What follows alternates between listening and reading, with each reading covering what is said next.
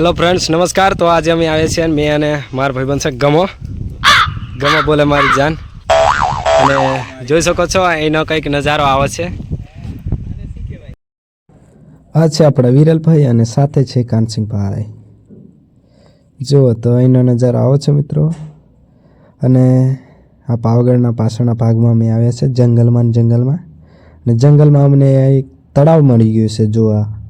તો આ તળાવમાં તમે જોઈ શકો છો ટીપુય પાણી નહીં લે 2000 વર્ષો પહેલાં બનાવેલું હોય એવું આ તળાવ લાગી રહ્યું છે મિત્રો। તો ચાલો આ તળાવની મુલાકાત લેવા માટે અમે આવ્યા હતા પણ તળાવમાં તો કશું પાણી નહીં તો શું કરીએ।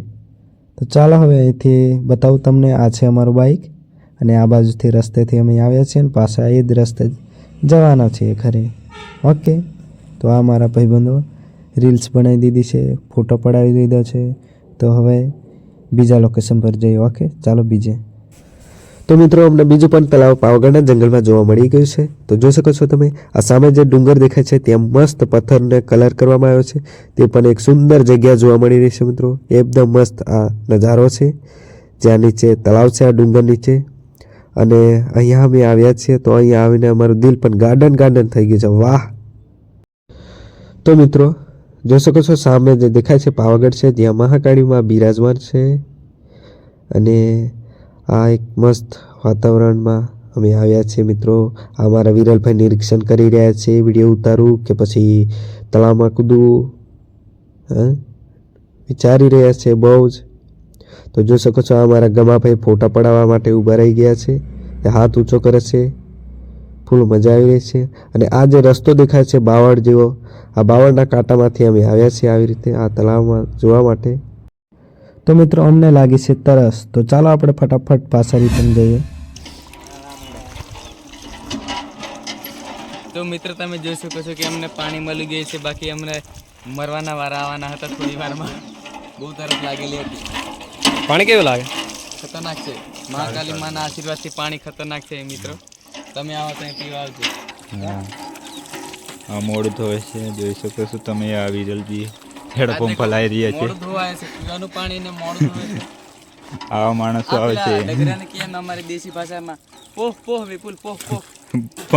તો મિત્રો અમે હવે ત્રીજા લોકેશન પર આવી ગયા છે। તો જોઈ શકો છો આ વર્ષો જૂની મસ્જિદ છે। આ મસ્જિદનું પંચમહોડાની મસ્જિદ તરીકે ઓળખવામાં આવે છે। પંચમહોડાની મસ્જિદ નામ છે। તો ચાલો આપણે અંદર જઈશું અને તમને હું બધું જ બતાવીશ। તો વિડીયોમાં તમે બન્યા રહેજો, વિડીયો તમારે મિસ નહીં કરવાનો। તો આ જોઈ શકો છો મિત્રો પંચમહોડાની મસ્જિદ છે ને આ જે ગેટ છે ત્યાંથી એન્ટર થવાનું છે। આ મારા ગમાભાઈ એન્ટર થઈ ગયા છે, તો ચાલો હું પણ હવે એન્ટર થઉં છું। ઓકે તો ચાલો આપણે આગળ જઈએ અને આગળનો નજારો હું તમને બતાવીશ મિત્રો। તો મસ્ત આ જગ્યા છે મિત્રો જ્યાં તમે ફોટોશૂટ માટે પણ આવી શકો છો। જે આ બાજુનો રસ્તો છે હાલોલ તરફથી, તો આવો કંઈક ગેટ છે ને ઉપરનો કંઈક આવો નજારો છે।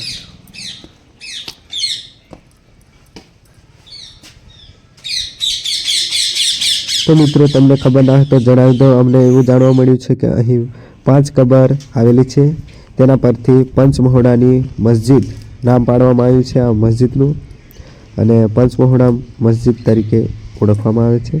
તો જોઈ શકો છો અહીં 5 કબર આવેલ છે અને બહારનો નજારો કંઈક આવો છે મિત્રો।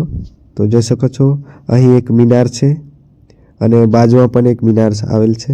તો આ મિનાર આવે છે, જોઈ શકો છો આવા નજારો જોવા મળી રહ્યો છે મિત્રો। સામે પાવાગઢ પણ દેખાય છે। બહુ મસ્ત આ જગ્યા છે મિત્રો, તમે પણ આવજો અહીં। અને આ મિનાર છે તે અડધું તૂટી ગયું છે અને અડધી આ વર્ષો જૂના અવશેષો આજે પણ જોવા મળી રહ્યા છે મિત્રો। આ પાવાગઢના જંગલમાં જે જૂના અવશેષો છે જેના કહેવાય કે 500 વર્ષ જૂના અવશેષો છે, આ જોઈ શકો છો તે અત્યારે પણ આ જંગલમાં જોવા મળે છે। જો તમે આખું જંગલ ફરશો તો હજી આનાથી પણ વધારે જગ્યાઓ એવી જે છે જે જોવાલાયક સ્થળ છે, જગ્યા છે તેને તમે જોઈ શકો છો।